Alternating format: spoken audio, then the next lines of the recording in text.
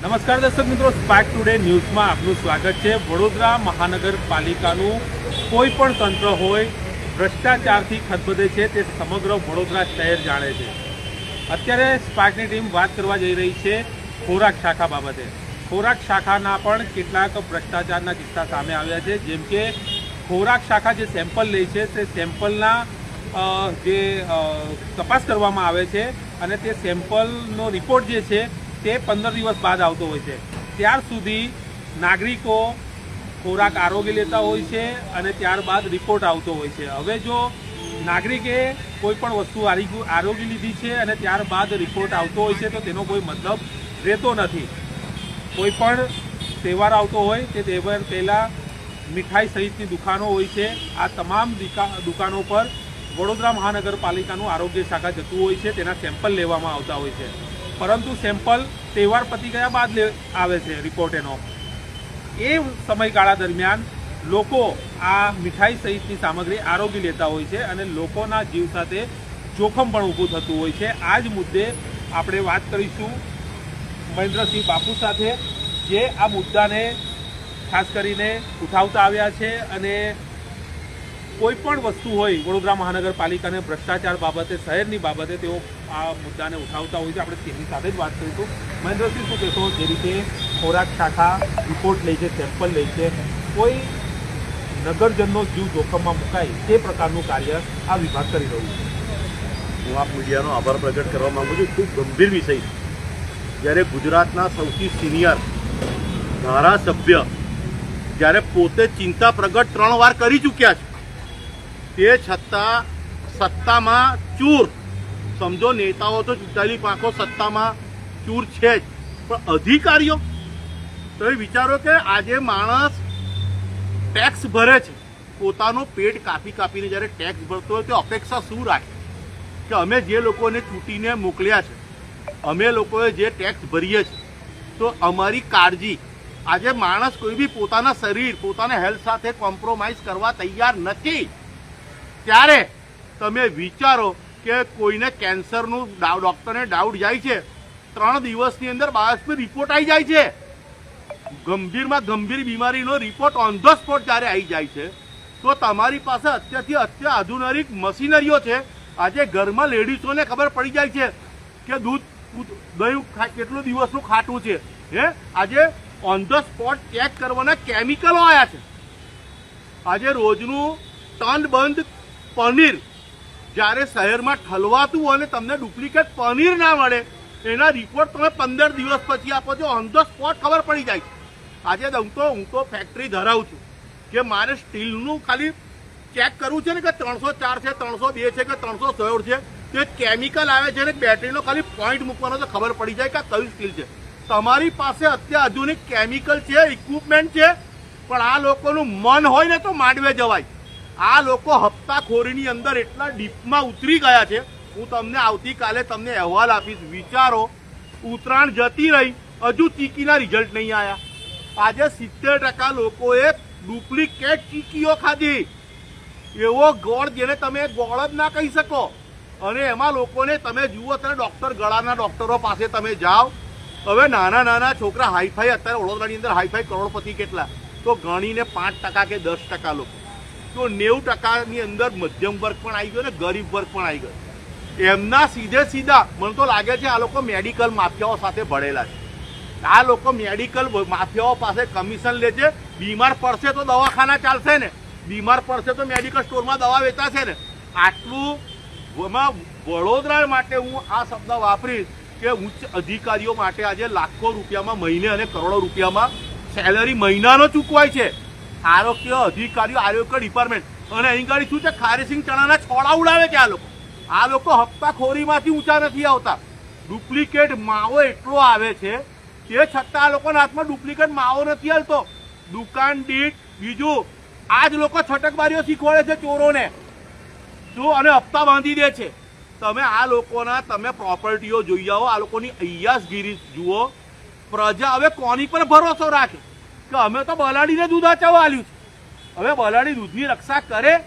અધૂરામાં પૂરું આ લોકોને વડોદરા માટે, જે આરોગ્ય માટે પાણીપુરી વાળા દેખાશે આ લોકોને સસ્તા, સડેલા બટાકા આ લોકોને દેખાઈ જશે શું, પણ આ લોકોને અત્યારે જે પ્રમાણે મીઠાઈઓ અને તેલથી લઈને તમે મને બતાવો કઈ વસ્તુ ઓરિજિનલ, અમે એ જોવા માંગીએ, જાણવા માંગીએ શું. અને પાછા પાટલા બાયણે મિત્રતામાં સફાઈ એટલી આપે કે બધું ચોખ્ખે ચોખ્ખું જોવા જઈશું તો કોઈના ભાગે કશું નહીં આવે. એટલે તમે શું એમાં ભરેલા છો? માટે હું તો આપ મીડિયાને આભાર પ્રગટ કરું છું કે તમે તો જ્યાં સુધી શક્ય છે નડિયાદથી તળિયા સુધી આપ પ્રજાને જાગૃત કરવાનો પ્રયાસ કરો છો. કારણ કે આપ લોકશાહીનો ચોથો આધારસ્તંભ છો. તમે ન્યાયમૂર્તિ નથી, તમે તો જાગૃત કરવાનું કામ કરો છો. પણ તે છતાં અધિકારીઓ ખુલ્લેઆમ હપ્તા લેતા હોય, આજે સિનિયર ધારાસભ્ય કહેતા હોય કે લોકોના સ્વાસ્થ્ય સાથે ચેડા થઈ રહ્યા છે અને ડુપ્લિકેટ ચીક્કીઓ ટન બંધ ખવાઈ ગઈ, ડુપ્લિકેટ માવો ટન બંધ ખવાઈ ગયો, ડુપ્લિકેટ મરચું ટન બંધ, હજુ ડુપ્લિકેટ પરખવાની કે અમારે તો લેબોરેટરીમાં 15 દાડે રિપોર્ટ આવે. એટલે આ મન હોય તો માંડવે જવાય. આ લોકોની દાનત હપ્તાખોરી કરી અને પોતાનું હેલ્થ, પોતા માટે સારું મટીરિયલ ફ્રીમાં લઈ લો દુકાનોમાં જઈ. જો પોતાના ડિપાર્ટમેન્ટને બધું મફતિયું આવે છે ને હપ્તા આવે છે ને આપણને પગાર આવે છે, આપણને શું ટેન્શન છે? માટે પ્રજાએ જાગવું પડશે. અને હવે અમે ઘટપોસ્ટ કરીશું, હવે અમે આ લોકોને સીધા કરીશું. હવે અમે પ્રજાને લઈને આ લોકોને પ્રસાદ વિતરણ કાર્યક્રમ હવે અમે ચાલુ કરવાના.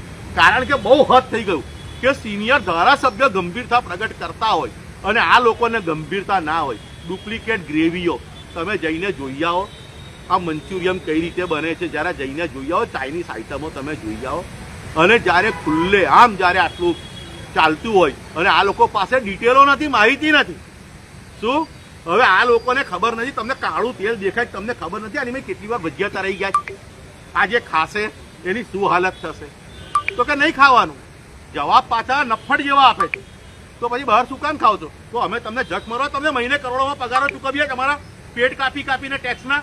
માટે હવે પ્રજાએ જાગૃત થવું પડશે. અને મને વિરોધ પક્ષોની ભૂમિકા હવે મને શંકાસ્પદ લાગે, કારણ કે વિરોધ પક્ષ સંખ્યાબળ ઓછું છે પણ તમે 7-8 છો તમે, અને તમારી સાથે સિંહ આવ્યો છે આશીષ જોશી. હવે તો તમે 9 થયા, હવે તો તમે કઈ કરો યાર. તમે બી કઈ બોલવા તૈયાર નથી, સીધી મિલી ભગત છે. આમાં વિરોધ પક્ષે પણ ગંભીરતા આપવી જોઈએ. આજે હું આરોગ્યની વાત કરું, સ્મશાન આરોગ્ય ખાતા સાથે જોડાયેલું છું. હું આજે 4 મહિનાથી હું ધક્કા ખાઉં છું. 4 મહિનાથી મને અહીં ગાડી આ લોકો ખોખો રમાડે છે. જ્યારે શહેરના અધ્યક્ષે પ્રેસ કોન્ફરન્સ કરીને કહી દીધું હોય કે જે સંસ્થાઓ સ્મશાનમાં સેવા આપવા માંગતા હોય એમને તમે સ્મશાન સોંપી દો. મા જોગણી સેવા ટ્રસ્ટે એફિડેવિટ કરીને આપ્યું છે. તે છતાં આ લોકો ઈરાદાપૂર્વક કમિશન માટે નિર્ણય નથી લેતા. અને હવે હું આ મીડિયાના માધ્યમથી કહેવા માંગુ છું કે આ લોકો સોમવાર સુધી જો ડિસિઝન નહીં લે તો અહીં ગાડી ઠાઠરીઓ લઈને આવીશું, હલ્લા બોલ કરીશું. અને અમે અમારો હક, જ્યારે અમારા 10.5 કરોડ રૂપિયા બચતા હોય મહિને તો તમે કેમ નથી કરતા? એટલે આ બધા કમિશન બાજો ભેગા થયા છે. આ અમે ચોરને મોર સાચવવા આપ્યો છે, મોર એમ જ રહેશે, પીછા આ લોકો ઉખેડી લેશે. માટે હું આપ મીડિયાના માધ્યમથી વડોદરા સંસ્કારીજનોને કહેવા માંગુ છું, હવે જાગો. આપણા સંસ્કાર હવે આપણી નમ્રતા નથી રહી, આપણી કમજોરી બની ગઈ છે. માટે હવે આપણે જાગવું પડશે અને વહેલામાં વહેલી તકે પ્રસાદ વિતરણ કાર્યક્રમ ચાલુ કરવો પડશે. કારણ કે જ્યાં સુધી પ્રસાદ આ લોકોને મળે નહીં ત્યાં સુધી સદબુદ્ધિ આવે નહીં. મહેન્દ્રભાઈ, વાત કરવામાં આવે તો આરોગ્ય અમલદાર હતા દેવેશ પટેલ, તેઓની ભ્રષ્ટાચાર મુદ્દે ક્યાંક ને ક્યાંક તેઓને હટાવી દેવામાં આવ્યા પદ પરથી. ત્યારબાદ મુકેશ વૈદ્ય આવ્યા છે હવે આરોગ્ય ખાતામાં, પરંતુ તંત્ર ક્યાંક બદલાયું હોય તેવું લાગતું નથી. હું સ્પષ્ટ આરોપ લગાવું છું કે તમે દેવેશ ભટ્ટની વાત કરીને દેવેશ પટેલ જતો રહ્યો હોય કે ત્રિવેદી જતો રહ્યો ટીડીઓમાં, એ લોકો ખાલી નામ ગયા છે. આજે પણ એ લોકો સિસ્ટમ એ જ ચલાવે છે. દેવેશ પટેલ ધારે ને મને ઇનડાયરેક્ટલી મેસેજ મોકલ્યો હતો કે આ લોકો ગમે તે કરે સ્મશાનમાંથી કોન્ટ્રાક્ટરો નહીં હટે. વિચારો, દાદાગીરી બહાર બેઠો મારે છે આ. અને આજે પણ રજા ચિઠ્ઠીઓ નક્કી કરે છે ત્રિવેદી, અને ચૂંટાયેલી પાંખો કશું સમજવા, કશું કરવા તૈયાર નથી. આ લોકોને ગેરંટી છે કે ઈવીએમ મશીન આપણા છે, મોદીજીના ફોટા જ લગાવવાના, લોકો વોટ આપવાના છે. ગાળા નીચે કૂતરું ચાલે આખું ગાળું મેં ખેંચું જેવી માનસિકતા ધરાવે છે. પણ હું આપ મીડિયાના માધ્યમથી કહેવા માંગુ છું કે પ્લીઝ આપ મીડિયા જેવી રીતે સત્ય ઉજાગર દિવસ રાત કરો છો, હું અન્ય મીડિયાને પણ કહેવા માંગુ છું કે પ્લીઝ હવે આપણું વડોદરા બચાવી લો, આપણું ગુજરાત બચાવી લો. આ ભ્રષ્ટાચારીઓના પાપે ઘણું બધું આપણે પોવાનો વખત આવી ગયો છે. માટે આગામી દિવસોની અંદર અમારે પ્રસાદ વિતરણ કાર્યક્રમ ચાલુ કરવાની અમે પૂર્ણ તૈયારી આજ રાતથી કરી રહ્યા છીએ. ચોક્કસથી તો આંદોલન કરવાની પૂર્વ તૈયારી શરૂ કરી દેવામાં આવી છે. આગામી દિવસમાં આંદોલન શરૂ કરવા જઈ રહ્યા છે. સૌથી મોટો સવાલ છે કે નાગરિકોએ જાગવાની જરૂર છે. નાગરિકોએ હવે સબક શીખવવાની જરૂર છે, કેમ કે આખરે પૈસા તો આપણા જ જાય છે, નુકસાન શરીરને આપણું જ થાય છે. લોકો જ્યારે કોઈ વસ્તુ આરોગી લે છે ને 15 દિવસ પછી રિપોર્ટ આવે છે ત્યાં સુધી તો લોકોનું સ્વાસ્થ્ય સાથે ચેડા થઈ ચૂક્યા હોય છે. એટલે જ લોકોએ જાગવાની જરૂર છે. સામાજિક કાર્યકર્તા પોતાનો અવાજ ઉઠાવે છે, પરંતુ મીડિયા પણ પોતાની જે કોઈની આપના હોય, કોઈની બાબત હોય, કોઈ રજૂઆત હોય તે મીડિયા સમક્ષ અમે લાવતા હોઈએ છીએ. પરંતુ પબ્લિકે જાગવાની જરૂર છે અને પબ્લિકે પણ અવાજ ઉઠાવી અને આ મુદ્દે ભ્રષ્ટાચાર ન થાય, કોઈ પણ મુદ્દે ભ્રષ્ટાચાર ના થાય તે માટે પ્રશાસનને જગાડવાની જવાબદારી નાગરિકની છે. કેમેરામેન નિહાર પંચોલી સાથે Paresh Makwana, spark today news, Vadodara.